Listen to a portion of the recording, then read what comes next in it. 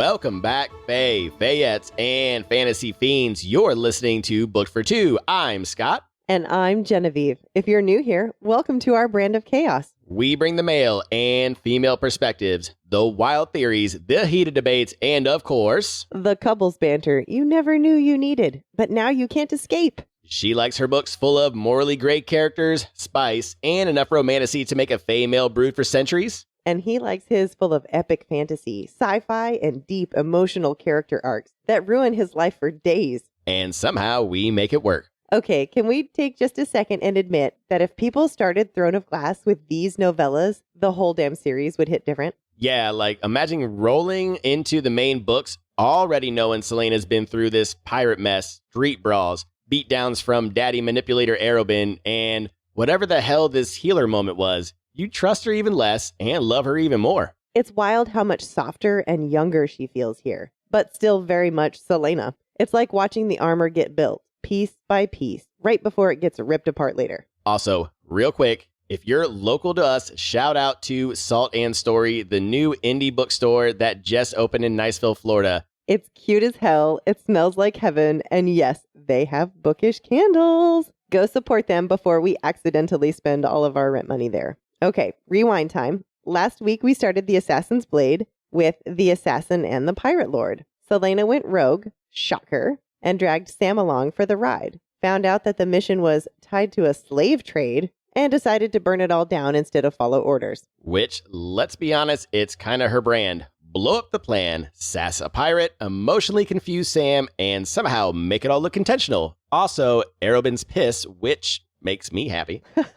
But now we're pivoting from open seas to back alley brawls with the assassin and the healer. It's a shorter story, but it's packed.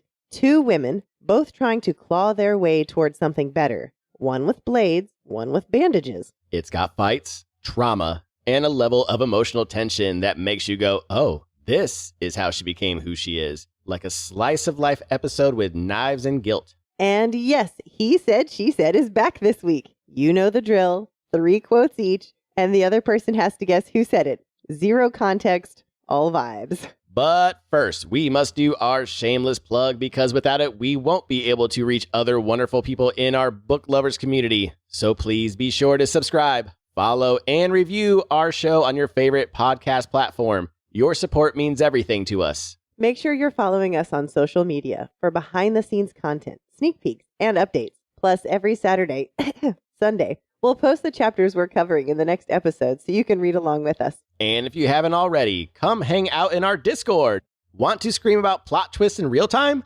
Theories, unhinged book rants at 2 a.m.? We've got a space for that. Our Bookish Chaos crew is growing fast and it's a vibe. Grab a link from our socials or in the episode description and come join us. 0 judgment, just pure reader energy. And now you can also watch us on YouTube. Yep, you can see our beautiful, overly expressive faces as we rant, rave, and occasionally lose our minds over fictional characters. And full disclosure, since I do all the editing while being a husband, dad, and trying to keep my job, those video episodes will drop Thursday or Friday, depending on how much life is lifting that week. And if you ever listen to an episode and think, wow, I have thoughts, good news, we want to hear them. Join us live every Wednesday at 8 p.m. Central on YouTube and TikTok. Sometimes we debate theories, sometimes we spiral about character deaths, and sometimes we accidentally turn it into a group therapy session. Oh, and stickers and bookmarks are available, whether you want to deck out your water bottle, Kindle, laptop, or just pretend to be organized with a cute bookmark. We've got you covered.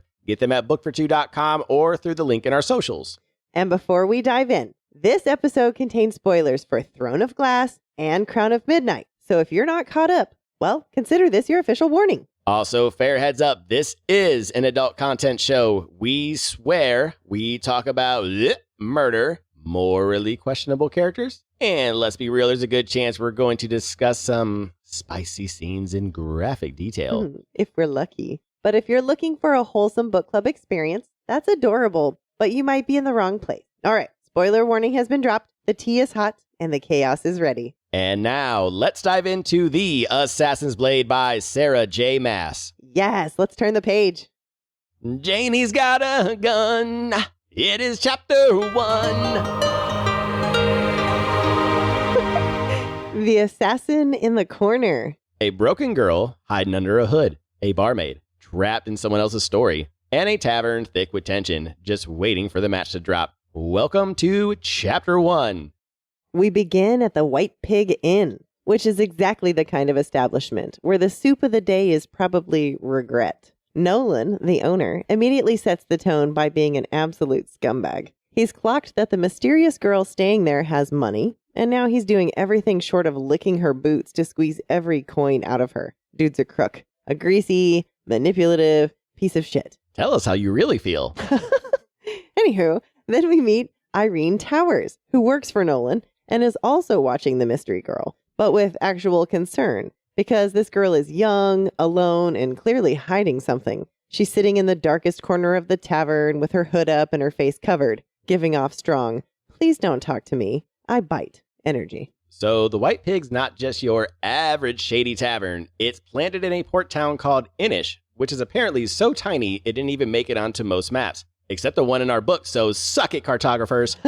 Irene's been stuck slinging ale here for a year now, aka 11 months longer than she meant to. Shocker. Pretty sure Nolan's slimy ass had a hand in that. Dude probably has people sign their souls away with the barmaid application. Yrene keeps bringing drinks to the stranger, but here's the weird part. She never seems drunk. Is she possibly drilling a hole in the mug? I do not need this from you. Mm-hmm. Anyways, she doesn't even blink. It's weird. She just sits there, stone cold sober and mysterious, like a character that wandered off the Witcher set and into the wrong novella. And Nolan? Well, he just keeps pushing Yrene to bring more. Of course he does. Because he's not just a bad boss. He's actively trying to catch this girl slipping or use her for whatever scheme he's running. You can feel the manipulation in the air like stale ale fumes. Yrene started working at the Pig when she was 18. And the way she's being treated? Full-on scam. Most of her money comes from tips, technically. But Nolan claims half. Then Jessa, the other barmaid, grabs 2/3 of what's left. And somehow, the math always works out so Yrene is barely scraping by. She's stuck. She knows it, and so do we. Math ain't mathin'. Nope. All right, now we get a different point of view. Why the hell is Celaena even in this dump of a town to begin with? Turns out, this little beachside detour was Arobyn's idea of punishment before blowing up that whole slave trade deal with the pirate lord. Either wait here for a ship, or go full Bear Grylls and hack her way through a death jungle. So yeah, she picked the bar with the bad lighting and overpriced ale. Now she's just biding her time, people watching like she's on vacation, but also, judging. She clocks the barmaid, nimble, sharp, clearly wasting her potential in this Mos Eisley Cantina knockoff. And after tearing through the 3 books she brought from Rifthold, she's completely bored out of her mind.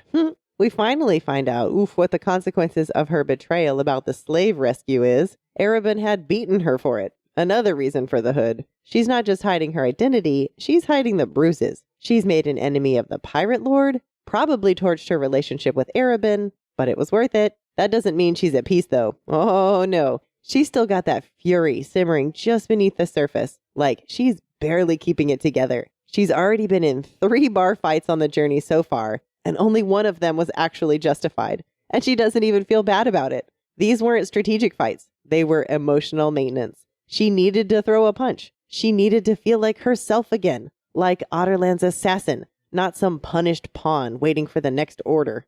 Yrene made it back to the counter and Celaena's eyes scanned the tavern again. She couldn't help but wonder, why hadn't anyone tried to rob her? The money, the brooch, all just, out in the open. Maybe it was the very visible daggers that kept everyone in their seats. Either way, her clock was ticking. She was shipping out at dawn, heading to the Red Desert to meet the mute master of assassins. Not exactly Club Med. And yeah, the thought of ditching it all crossed her mind, start over, forget about Sam. But she knew better. Arobyn always kept his promises, especially the terrifying ones. So for now, she had one night left in this piss-stained tavern. And as the hours dragged on and the ale flowed, the air in the Pig got heavier, like the whole place was waiting for something or someone to snap. Woohoo, that was a whirlwind of brooding, bar fights, bad ale. Let's take it from the beginning. All right, let's talk about Yrene, the barmaid who's watching everyone and everything. We're going to definitely see more about her, right? This is from her point of view, the first part? 100%.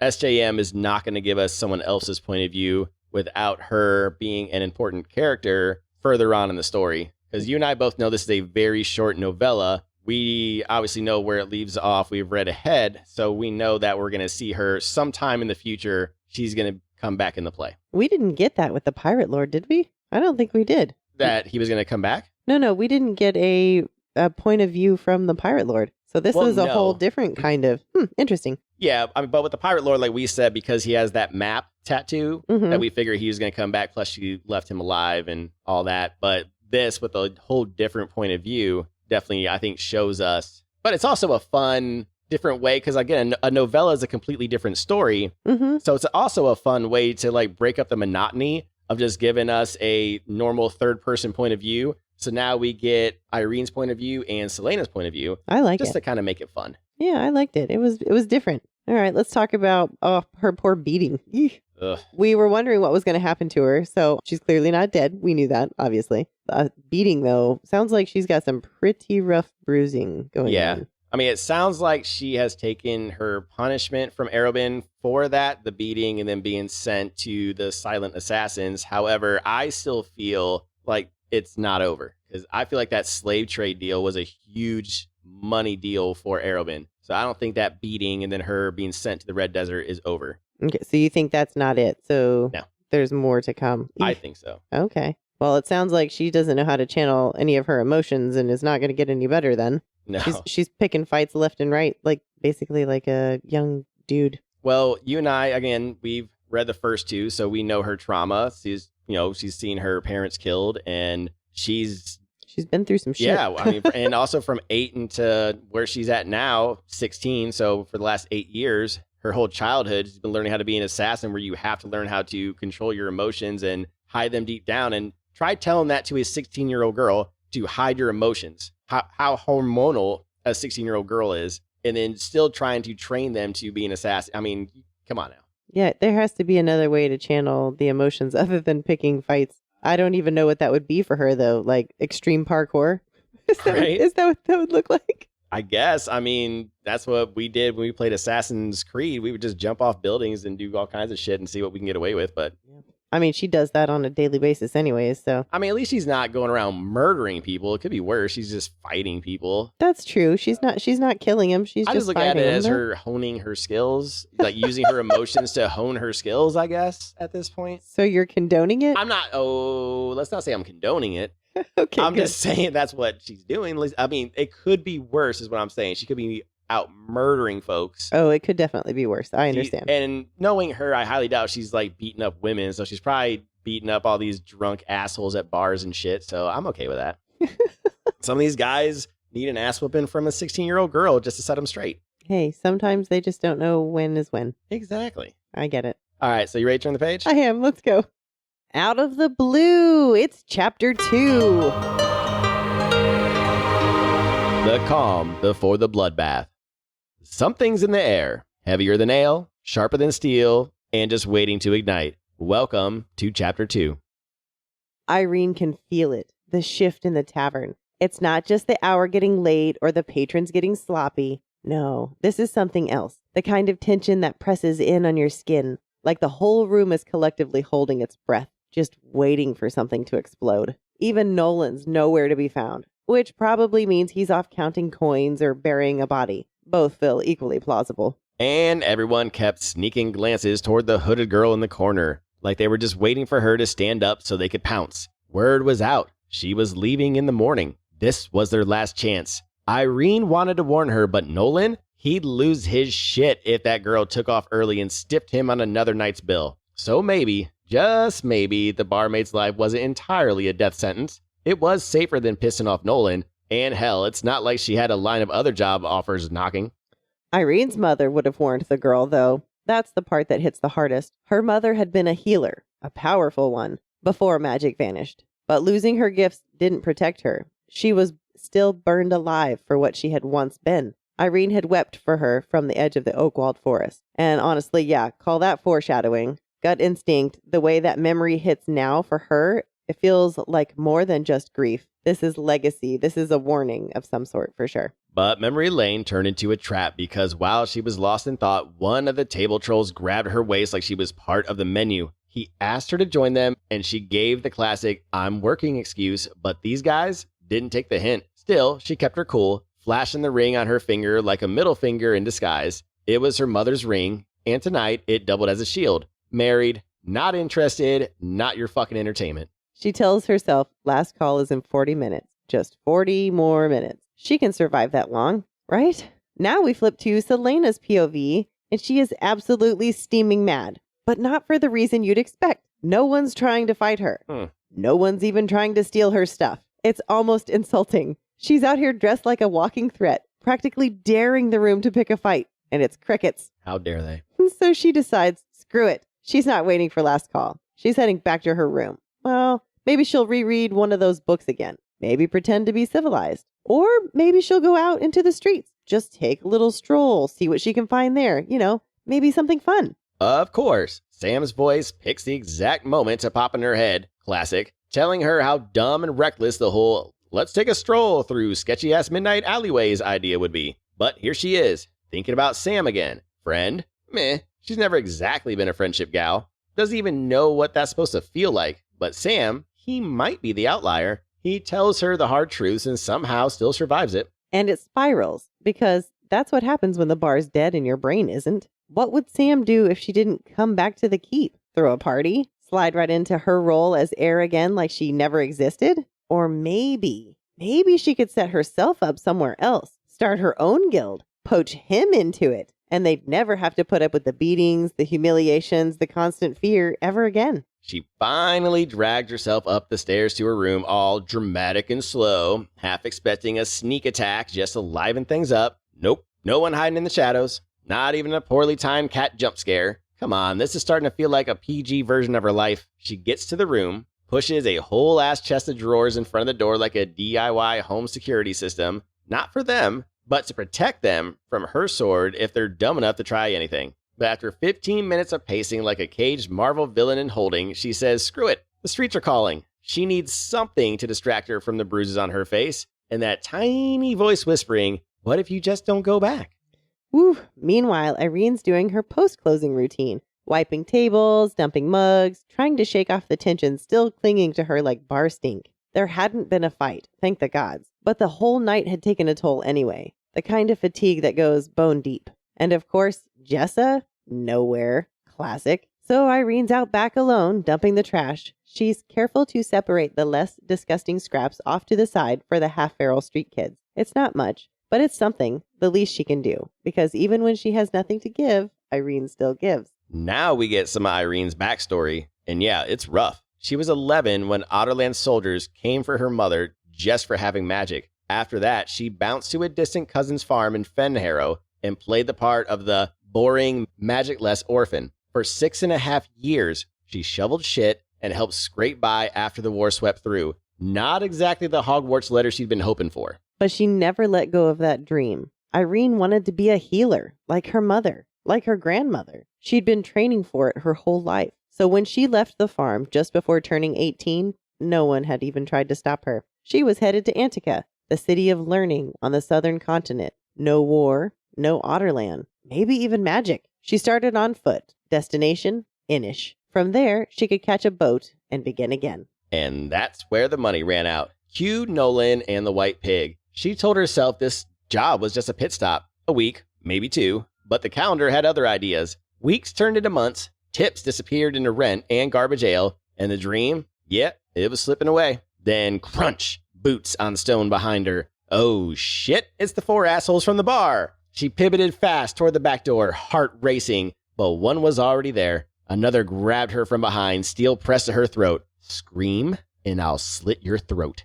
She freezes, mind blank, heart racing, not sure what's about to happen, not sure what she can do. But here's the thing. She doesn't have to do anything, because suddenly, the man farthest away, gone. 1 second, he's there. The next, yanked into the mist with a cry. The one holding her spins around, confused. Another noise, clothes shifting, a heavy thud. The man blocking the door calls out for his buddy. Nothing. No answer. The next guy, between Yrene and the mist, draws his sword, like that's going to help him. And he's immediately swept sideways into the fog. Now it's just the one holding her. He shoves her to the ground and pulls his sword. Come out, you bleeding coward. Face us like a proper man. And then comes the laugh. Low, soft, too calm. Yrene knows that laugh. The girl steps out from the mist. 2 long daggers in her hands, dripping with blood. Well, that escalated quickly. Let's take it from the top. So, Irene's mother was burned for having magic. She was a healer. So, do you think Yrene inherited that magic? I'm thinking that she did, yes, because she said she's been training for it her whole life. So I'm thinking she did and was just kind of playing the part of the magicless cousin when she lived with them in Fenharrow. Is that where it was? Yeah, and it sounds like she was traveling to a healer's Hogwarts, it sounds like. Yeah, healer's Hogwarts. That's exactly what it sounds like. Yeah. All right, and then Celaena is just in her mood and wants to pick a fight. Yeah. And she's pissed off that nobody is trying to attack her. She's like, this is my last night. Come on. Like, all my shit's out here. Somebody do something, start some shit. And thankfully they collided. Her lost in her thoughts about she should have gone or shoulda, woulda, coulda gone to the healing school. And then the guy is showing up in the alleyway and Celaena showing up in the alleyway, itching for the fight. And here it is, just laid out here for her. Well, yeah, lucky for Yrene that Celaena was there looking to start some shit with somebody, or else this would not go good for Yrene. I mean, come on, Yrene. Come on, Yrene. Oh my goodness, I can't believe you just did that. I was waiting so long for that. I was like, I was waiting for the right time. I know it's Eileen, but I was close enough. Close enough. That was good. Thank you. All right, are you ready to turn the page? Let's do it. Death Comes for Thee in Chapter 3. Blood in the fog. A bad plan, a worse man, and the kind of fog that only means one thing. Someone's not making it out alive. Welcome to Chapter 3. The first merc has the audacity to laugh at Celaena, like full-on chuckle, as if the trail of missing friends behind him wasn't enough of a warning. Meanwhile, the guy by the door finally grows a brain cell and asks if she killed his men. And, in true assassin fashion, she doesn't answer, just shifts her grip on her blade, subtle and slow. Irene's watching from the sidelines and instantly clocks it as a killing stance. So yeah, things are about to get messy. The guy lunges like this is going to end well for him, and Celaena responds with a clean, efficient bonk right to the skull. Dude hits the ground like a sack of rotten potatoes, swallowed up by the fog, and without missing a beat, she disappears right after him like she's walking off stage. Yrene whips around, trying to keep eyes on the last merc, the one blocking the door. But nope, he's already booking it out of the alley like his soul's on fire. No hesitation, just panic. Smartest move anyone's made all night, actually. And for a second, Yrene actually thinks maybe she should run too. Just slip away while the assassin's distracted. Fade into the shadows before she becomes collateral damage. But too late, the girl steps out of the mist. And Yrene, not even thinking, just whispers, "Please don't kill me." The young woman laughs, not cruelly, not kindly, just low and amused, like this whole thing is a little funny to her. What would have been the point in saving you then? I mean, come on, Yrene. Okay, so let's be clear. Celaena didn't mean to save the barmaid. It just kinda, happened. The alley fight was pure convenience. The mercs had stumbled into range and she'd been itching for something to stab. It just worked out that they were harassing someone while she was on the hunt. Total side quest energy. The only real disappointment? The fight ended too fast. She even considered tossing a dagger at the guy who ran, just to keep the fight going, but figured the poor girl might scream or pass out. Civilians, man. But she didn't. There was no screaming. There was no fainting. She just calmly pointed at Celaena's arm and went, "You're bleeding." And yep, she was. A clean little gash, probably from a blade that got a little too close mid-spin. Careless, sloppy. She turned to go, ready to chase a little more chaos to patch over her feelings, but the girl spoke up, offered to bind it for her. Celaena brushed her off. Obviously, she could take care of it herself. But then the girl invoked the name of the goddess of healing, and that made her pause. The girl quickly explained that her mother had been a healer and had taught her a few things. Celaena naturally responded by tearing into her for being dumb enough to be out here alone with no way to protect herself. Classic assassin defense mechanism. Insult first, feels later. She expected the girl to crumble under the pressure, tears, maybe a meltdown. Instead, the barmaid stood her ground and told Celaena to get inside before she lost the arm. That unexpected shift, the spark, was enough to stop Celaena in her tracks. This wasn't just some tavern girl. She had something else, something solid, and that was enough to get Celaena to follow her inside. Well, that escalated from murder to medical care real fast. Let's take it back from the top. Yeah, Celaena quickly dispatches the mercenaries, inadvertently saving the barmaid, but getting it cut in the process. What I like about this book is I think we're getting a lot more action from Celaena. seeing her assassinness and actually like dispatching people quickly. Yes. And a lot of what we're reading in the chapter is the play-by-play, blow-by-blow of all of her moves and her feints to the left and just barely like scratching the surface of their clothing just to show them like, I could have killed you, but I didn't. We're not even talking about all of that in there. That's most of what the chapter is just all of her badass moves spelled out. Yeah, but I mean, even dispatching these guys didn't even calm her down. This poor girl needs a fucking therapist. She's just picking more and more and more fights. All right, so the cool thing is we learn a little bit more about Yrene's past. Again, healer, and we learn a new goddess, the goddess of healing. Silba, yeah. Silba. So now we got a new name. Another god or goddess to add to our list. Yeah, we'll have to add that to our PowerPoint. If we ever get that out, which we've been done with. I swear to God, we're going to get it out. Our ADHD is keeping us from doing so many things. One of these days. All of it's there. We got some really cool stuff for you guys, we promise. Yes, please be patient with us. All right, are you ready to turn the page? Let's go. No damsels, just war. This is chapter 4.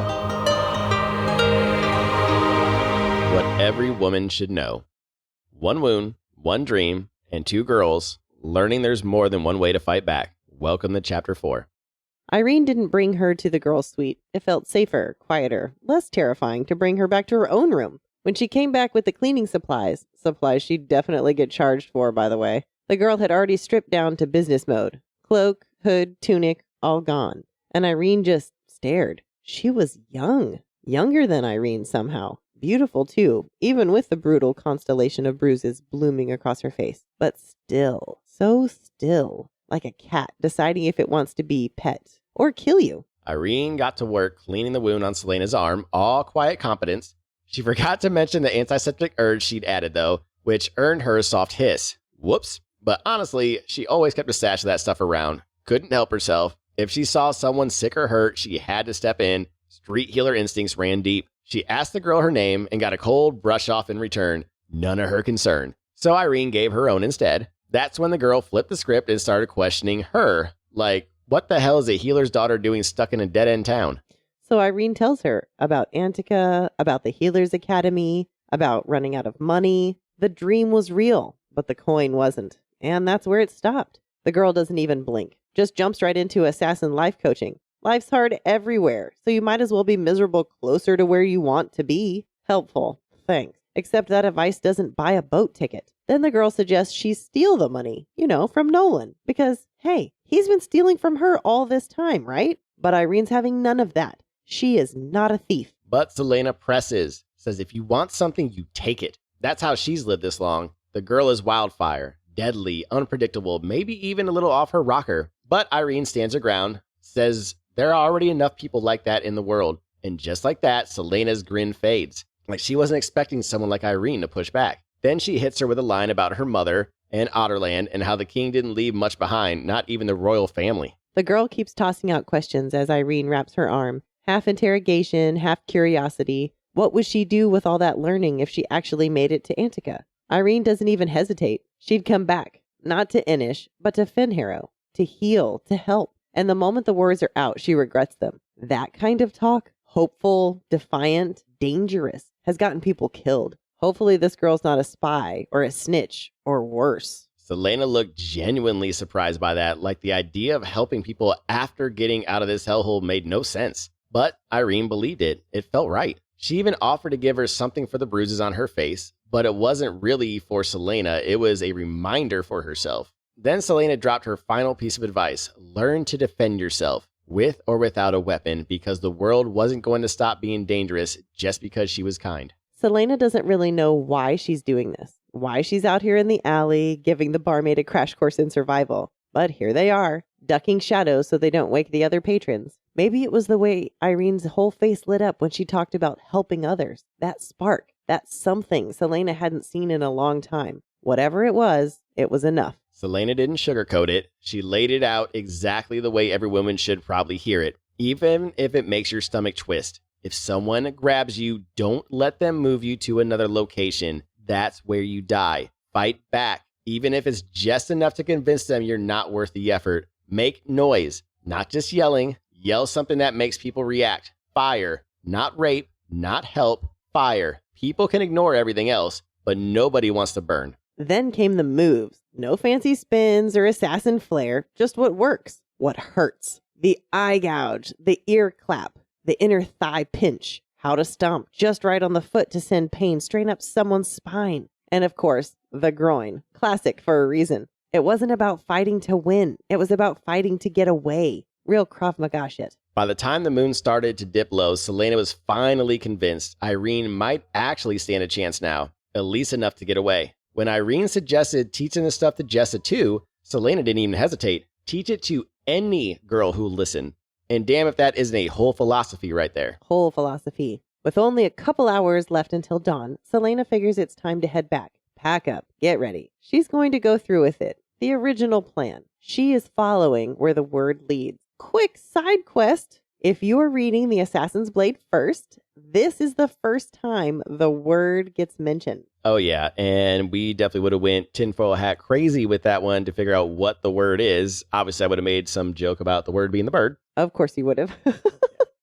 All right. But just as they're about to call it and head inside, the air shifts. Celaena's body tenses. She jerks her chin toward the door, an unspoken command for Yrene to go inside. Now. At least 5 men are stepping into the alley from both ends, converging. And Celaena, she draws her sword. All right, let's take it from the beginning. Woo-wee. Okay, there was a lot of foreshadowing in this for Yrene. We are definitely going to be seeing her again. Oh, 100%. I love it. Going to show up as hopefully a full-on healer by the time we get her back. And Definitely. She has taught other women how to defend themselves. Speaking of, yes. I think, correct me if I'm wrong, I feel weird talking about this kind of stuff since I'm not a woman, but I feel like SJM wrote this in here as also a way for women to, know how to fight back or know what to yell if they're ever in this kind of trouble, because I don't feel like all women are taught self-defense. That's correct. And those were all very legitimate things that we are taught. For those of us who are taught self-defense or who go out of our way to find self-defense, those are all things that are taught. So anyone who's reading this book at least has that going for them. They have this little bit of knowledge. Yeah, and I do kind of like how she does mention, like, yes, teach it to other women. Other women need to know this stuff. So again, you and I are big with SJM putting words in for a reason. Her words matter. And I really do feel like this is her just kind of saying, hey, if anything, this is just, just something in your pocket that you can use in case something happens. Yell fire, make noise. Don't let them move you. Take you. Yep.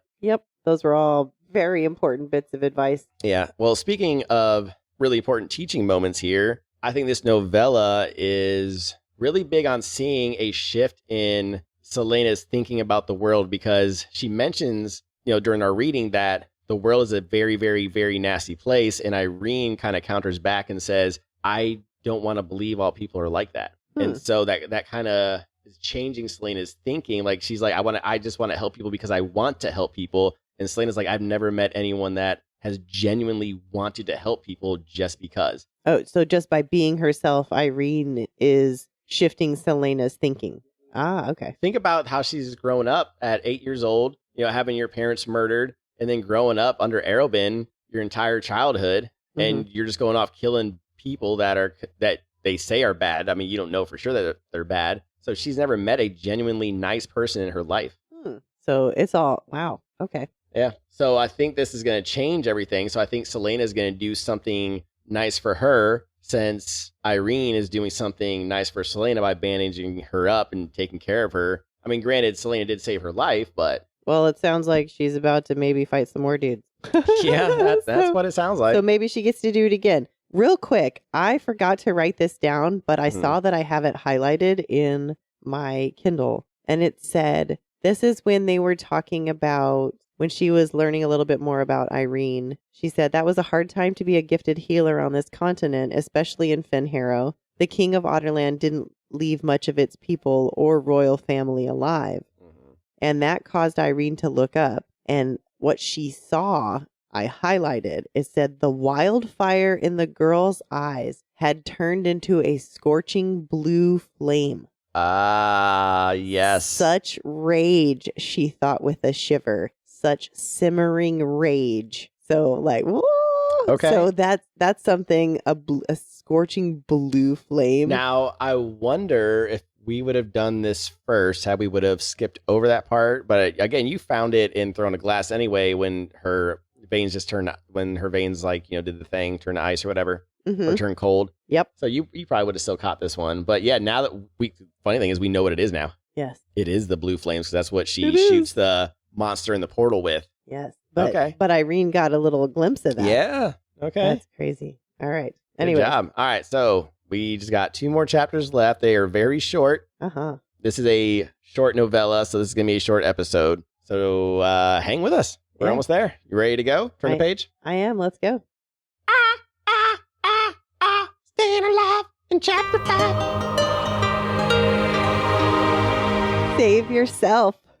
Irene's standing in the kitchen, heart pounding so hard she thinks it might actually punch through her ribs. Earlier, the girl had taken down those mercs like it was nothing, but this felt different. She dared to glance outside just enough to see the girl handling things like she always does. Confident, controlled, deadly. But then shit, someone had come in from behind. A blade presses against her throat, and before she can scream, she's shoved back out the door and into the alley. That's when the girl, Celaena, stops fighting. The man shouts at her to drop her weapons, and she just stands there like she's bored. Come get them. She says, no rescue, no saving throw, just that look. And the man, he's not playing around. He digs the knife in a little deeper, just to prove the point. But it's not the man that the girl is looking at. It's Yrene, directly into her eyes. The look Celaena gives her, it's not pity. It's not panic. It's a challenge. Fight, damn it. Fight for your miserable life. Because she's not going to save you. You have to save yourself.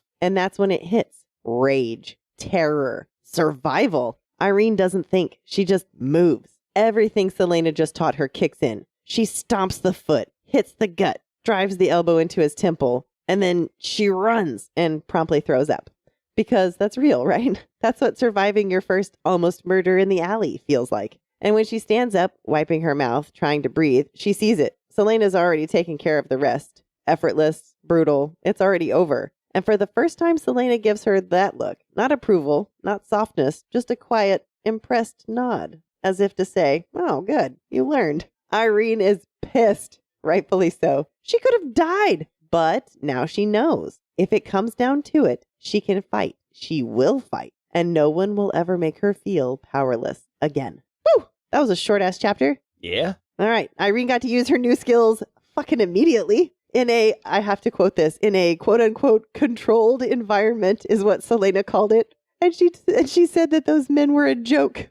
Look, I'm going to play devil's advocate here, and I'm going to take Celena's defense on this one. Yeah, what's up? So for her, controlled environment means Celaena feels, okay, these men are a joke, and with the even minuscule amount of skills that I've taught Yrene, she can handle it. I think if Celaena really didn't feel like Yrene couldn't handle it, she would have stepped in. Oh, for sure she would have. So, yeah, controlled, yes. I would say... It was 100% controlled. Sure. Just because of how skilled Celaena is. Not because of Irene's skills, but because of how skilled Celaena is. I would say like 80-20 controlled. I'd say even 90-10.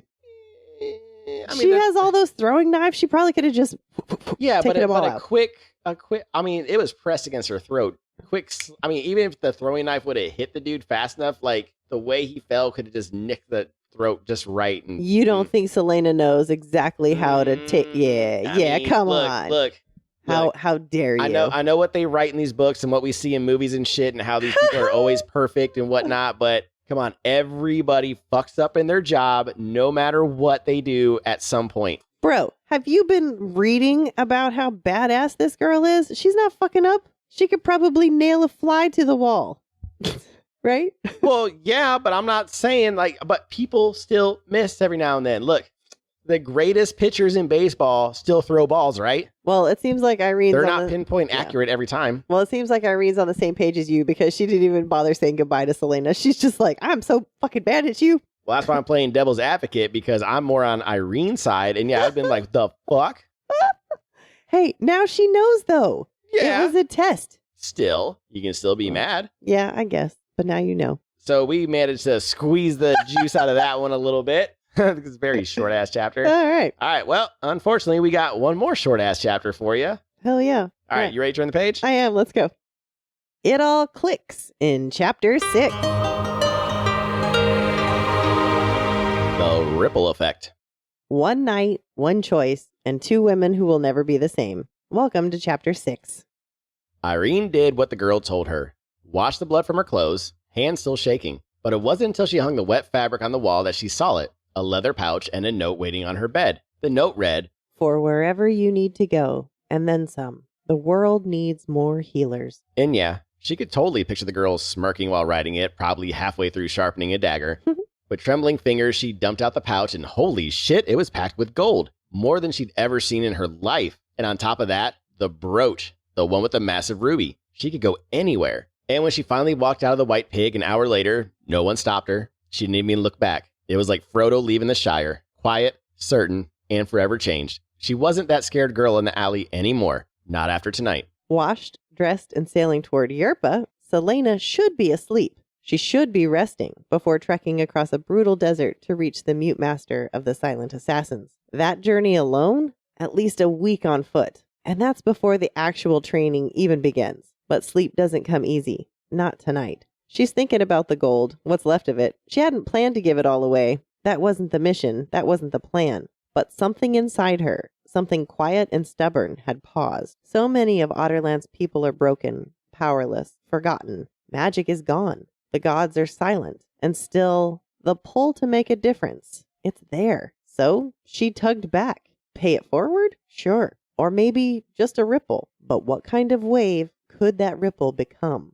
Ooh, ooh, ooh. That's some foreshadowing if I've ever seen it. All right, real quick, I'm going to go a little crazy here. Oh, all right, go. Okay, so we completely brushed over the fact, because the last part you just read about the gods are silent, magic is gone. Mm-hmm. We brushed over that because we knew about that from the first two books, but this is the novella where you really learn about that stuff. What do you mean? Which part? That the magic is gone. The gods are dead? Yeah, Oh. and all that stuff. Or they simply didn't care anymore? Yeah, Oh. you and I just brushed over it because we knew all this already. We were like, okay, yeah, we know all this. But for a first-time reader, if they did prequel, this would be a big deal. They're like, oh, magic's gone. What? Yeah. There was healers? What's going on? You know, so it's kind of neat seeing it that way. Yeah, I didn't even think about that. Oh, that was a good catch. All right. So anyway, obviously we're going to see Yrene again. We've been saying this. Of course. Yeah, and we're excited for that. So hopefully she will be a healer. And we also called that Celaena was going to help get her to Healer's Hogwarts.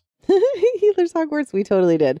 I wasn't sure how that was going to happen, but I love that she snagged the money from the mercenaries and was like, here you go. And here's this fabulous brooch too. But again, just like we mentioned in earlier chapters, this was a change for Celaena because she's always thought that nothing but bad people lived in the world. And then she meets somebody like Yrene, who's a genuinely good person. And I think that kind of changed Celaena a little bit to where Celaena was willing to literally pay strangers' way to becoming a healer, hoping, because it's all in hope, because she doesn't know Yrene for shit. It's all in hope, like, okay, I'm basically investing in this person to continue to be a good person later on. Yeah, she even says she hopes that she'll return to this continent later and help heal their shattered world a little bit. Yeah. So she has hope. She's hoping that she's as smart as she pegged her for. Yep. I love it. And next, we get to meet the Mute Master and the Silent Assassins, because the next novella is The Assassin in the Desert. Is that what it is? The Assassin and the Desert. Yep. Yep, The Assassin and the Desert. For some reason, I thought it was a little bit more oomph to it. Because you had like the Assassin and the Pirate Lord,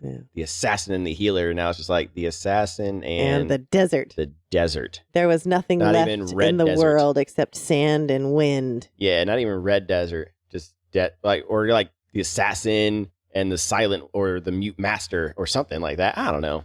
I would have went a little bit and more. And the Silent Assassins even? I would have went a little bit more. The Assassin and the Silent Assassins? Or I don't know. No, because that's too many assassins then. Hey, listen, I can be a sassy assassin if I want to be. That's a lot of S's. Yeah, I don't know. I don't know what you want from them then. The Assassin in the Desert it is. I feel like we're trying to drag out these chapters. You're doing it, not me. All right. I think I'm ready to play He Said, She Said. I'm ready to move on as well. Let's go. All right, folks, it's time for He Said, She Said, the game where we test each other's knowledge of this week's chapters by guessing who said what. Or more accurately, it's the game where I win because Scott either overthinks it or totally blanks out. Excuse me? I'm just giving you the illusion of superiority. It's called strategery. Is that what we're calling it? Anyway, we've each picked 3 quotes, and the other person has to guess who said them. 30 seconds, No hints, no lifelines, maybe some multiple choice if he begs. And apparently no mercy either. Let's get to it before Genevieve starts drafting her victory speech. Welcome back to He Said, She Said. This is our second round for Assassin's Blade, the assassin and the healer. And I gotta say, this is probably our toughest one yet. Yeah, it was a little bit difficult to find anything other than the two main people speaking. But I did. Well, not only that, but only 6 chapters. And then chapter 6, no one even talks. So you got 5 chapters to pull from. Yeah, definitely tough. So I'm going to give it a little leeway with the easy, mediums, and hards this time. Oh, man, I was ready for it. I'm ready for it this time. I'm glad you're ready for it. I'm just saying it's okay considering only 2 people really talked during this entire novella. Yes. All right. Hit me with your easy one. All right. My easy one. My mother was a healer and she taught me a few things. Gee. Well, I mean, you got it. You got your easy one. I did, There right? you go. That was Yeah. Yrene to Celaena. It is. That's correct. Okay. Yay. Good job. Good job. Me too. All right. What's your easy one? You said those men were a joke. I remember that one. That was Yrene to Celaena. Yeah. Yeah, when she said she had the whole thing under control. Yes. Okay, so All right. Doing good so far? so All right. far so good. My medium. All right. Please don't kill me. Really? Yeah. I have that as my hard one.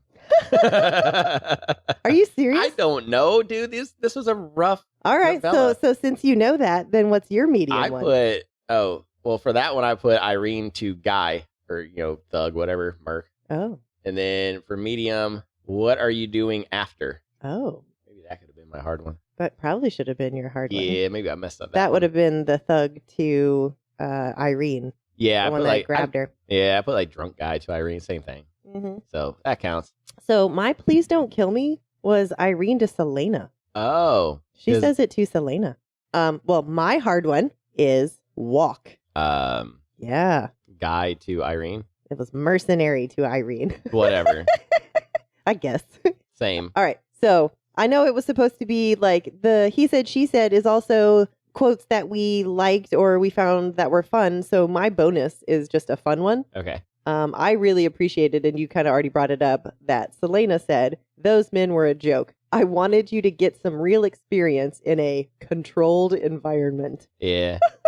The other one that I had for bonus was I don't have any money to go now anyways. Okay. Which is, yeah, I Can't go to Healer's Hogwarts. Healer's Hogwarts.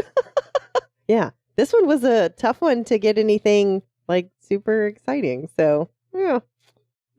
Yeah, it was just a very short novella, but I liked it. You got to see a different change in Celaena. We got to meet a new character. Yeah. It was cool. It was cool. All right. It was a good one. All right. That was a pretty easy he said, she said. I feel like we did good. Sorry for the short sorry for the short episode, guys, but I mean, you've read the novella, so you probably understand why this episode's a little probably under an hour. So, up next is Assassin's Whisper. You ready? Yeah. Let's go. Welcome, Seekers of Secrets, to Assassin's Whisper. I am Obsidian, sharp as a blade, clever as a riddle, and never where you expect me. And I am Garnet, the shadow you sense but cannot see, and the voice that carries truths only the bold dare to hear. Together, we are the Keepers of Whispers, guardians of the secrets of Aurelia, entrusted to pass them on to only the most cunning assassins. This is your covert briefing, a recap of what has transpired in the world of Aurelia. Pay attention, assassin. The truth is a weapon, and we're here to make sure you wield it well. Listen carefully, for every whisper could mean survival or demise. Welcome back, my deadly darlings. The Whispers have been waiting for you.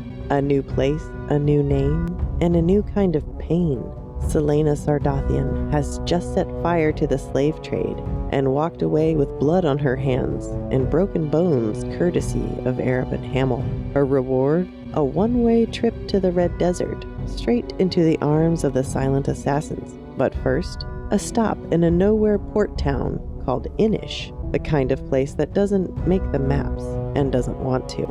It's here that fate hands Celaena something unexpected, a chance. Not for herself, but for someone else. Yrene Towers, a barmaid with healing hands, haunted memories, and a plan to escape. If only she had the coin. She's been stuck at the White Pig for too long, pouring ale for drunks, and dodging the worst kind of attention. But when Celaena walks into that tavern, hooded and bruised, their paths collide like it was written in the stars. And let's be clear, this is no fairy tale. It's a chance meeting in the dark, forged in blood, fear, and shared silence. And while Celaena doesn't know it yet, she's setting something in motion that will ripple far beyond this alley, this night, this book. Because this isn't just a lesson in survival, it's a transfer of power. One woman teaching another how to fight, how to endure, how to leave. Yrene learns where to hit, when to run, and most importantly, what she's capable of when no one else comes to save her. And Celaena, she gives away more than gold and a ruby brooch. She gives Yrene the map out. And in doing so, maybe, just maybe, she claws back a sliver of herself, too. This won't be the last time we see Yrene. The world is vast, the story even bigger, and the whispers say this healer will return when the war comes. But for now, Celaena walks the shadows alone, bruised, beaten, but not broken, still headed for the Red Desert, still chasing silence, still running from everything she's lost. So remember this moment, deadly darlings. Not every battle is fought with a blade. Some begin with a whisper, a bandage, and a promise left behind. Until next time, walk the shadows and trust only the whispers.